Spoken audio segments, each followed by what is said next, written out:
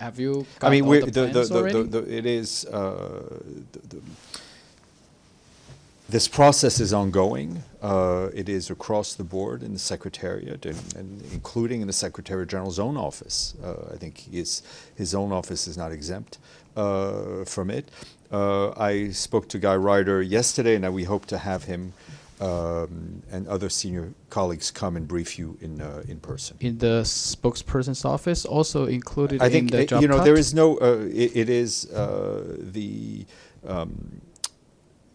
the need to reduce is across the board, and no office is exempt. Okay. Abdelhamid. Thank you. Another 22 Palestinians were killed while waiting for food. And again, I didn't hear that number coming in the briefing. I will keep asking about numbers. Palestinians are not only just scores or number of Palestinians were killed. I'm not debating that with you. I mean, in the note that I just read, we talked about the fact that people continue to be wounded and continue to be killed while doing what is the most basic human need, trying to get food, trying to get the most basic supplies. No human being should be killed trying to feed themselves or trying to feed their family. In Israel, the U.S. ambassador in Israel, Mike Huckabee, he suggested to President Trump to bomb Iran with a nuclear bomb. Any comment? I haven't seen those particular comments, but I have seen a lot of unhelpful rhetoric around this conflict, including around use of nuclear weapons. And I think the Secretary General has spoken out a lot in the last year about the issue of dangerous rhetoric around nuclear weapons. As we were very clear yesterday, we do not want to see a further internationalization of this conflict. We want the military action to stop, and we want to return to diplomacy. But does the Secretary General see there is a rise of fascism in the world of today? I think the Secretary General has spoken about the rise of extremism and xenophobia for quite some time. In fact, since the beginning of his tenure. Stefano, then Mr. Bays, and then we'll go that way. Thank you, Stéphane. What does the Secretary General expect from Berlin for their conference tomorrow on Libya? There is a conference tomorrow on Libya. I think anything that would advance the cohesiveness of the Libyan political leadership and help move the political process forward would be welcome. Mr. Bays. We've seen people fleeing Tehran. We've had lots of reports of people who are thinking of leaving Tehran. What is the UN monitoring population flows in and out of Iran? Are you seeing large numbers of people?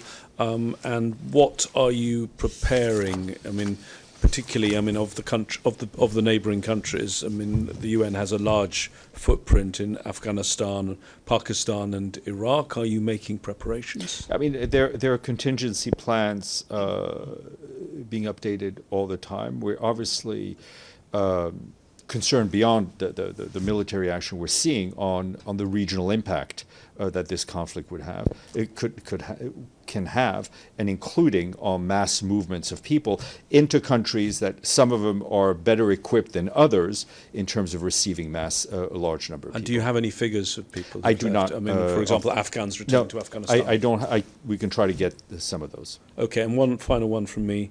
What's up with the escalators? Well, I was hoping you would we were waiting for you with your toolkit. We've been waiting for you to start repairing them, James. Honestly, I mean, they're old escalators. They're an iconic part of this building. But you should have them. They go wrong a lot. You should have all the spare parts ready. What are you waiting for? Just a quick follow-up.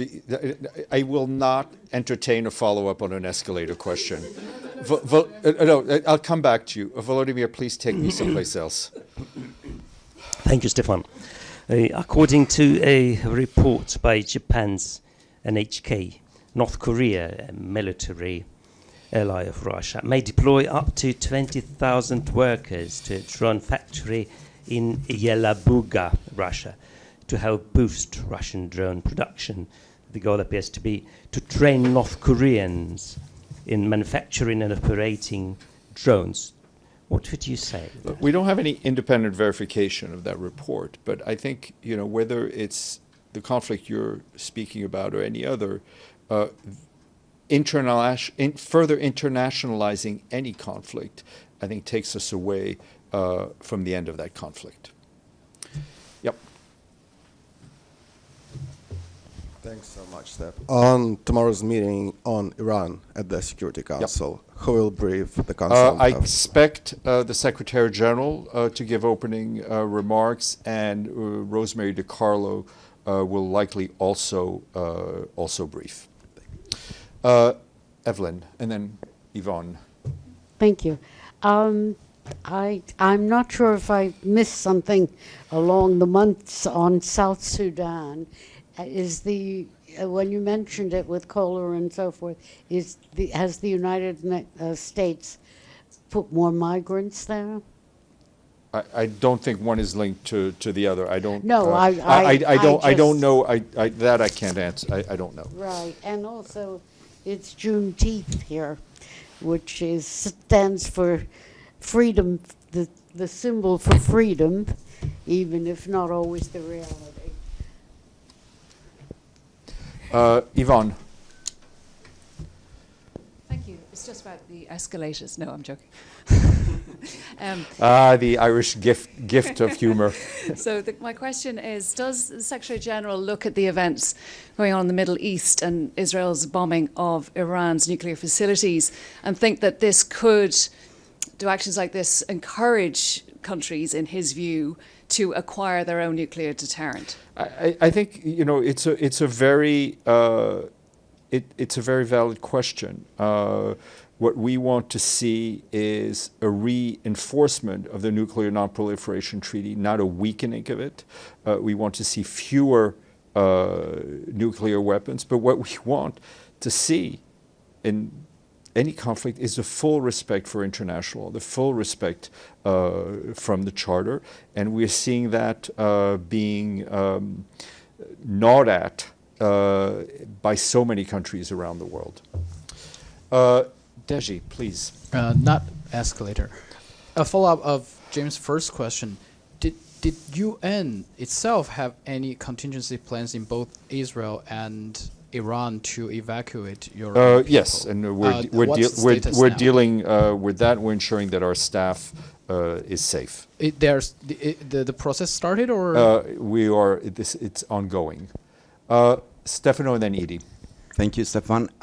President Trump repeated that he doesn't know yet if he's going to attack Iran or not. He's going to take a decision and can go either way. If President Trump called today the Secretary General Guterres, and ask him if, an advice, what would be? What do you think the Secretary General's advice would be if two options were presented to him? Can we know publicly? I think that answer is pretty obvious. The Secretary... how he will convince him, because he's still I'm not going into hypotheticals, Stefano, but I think from what I said today, what I've said yesterday, the message from the Secretary General is clear. Stop the military action. Too many people have been killed. Return to diplomacy and avoid at any cost the further internationalization of this conflict. Did he try to call him? The vice versa means the Secretary General, did he try to call there's been no update President Trump? There's been no update on that. Ms. Lederer. Thank you, Steph. On fixing the fiber optic cable. Sorry. Thank you. What? Yes. Changing the subject dramatically. Yes, thank you. What reason did the Israelis give the UN for not for first approving and then disapproving? I'm not sure we're given any detailed reason, but they control the conflict theater, and they are not giving us the approvals. And I can't stress how urgently we need communications to make sure that we can operate in the safest possible environment, in an environment where that is primarily not safe. Okay, on that note, no questions on the interweb, so I shall leave you with great sadness.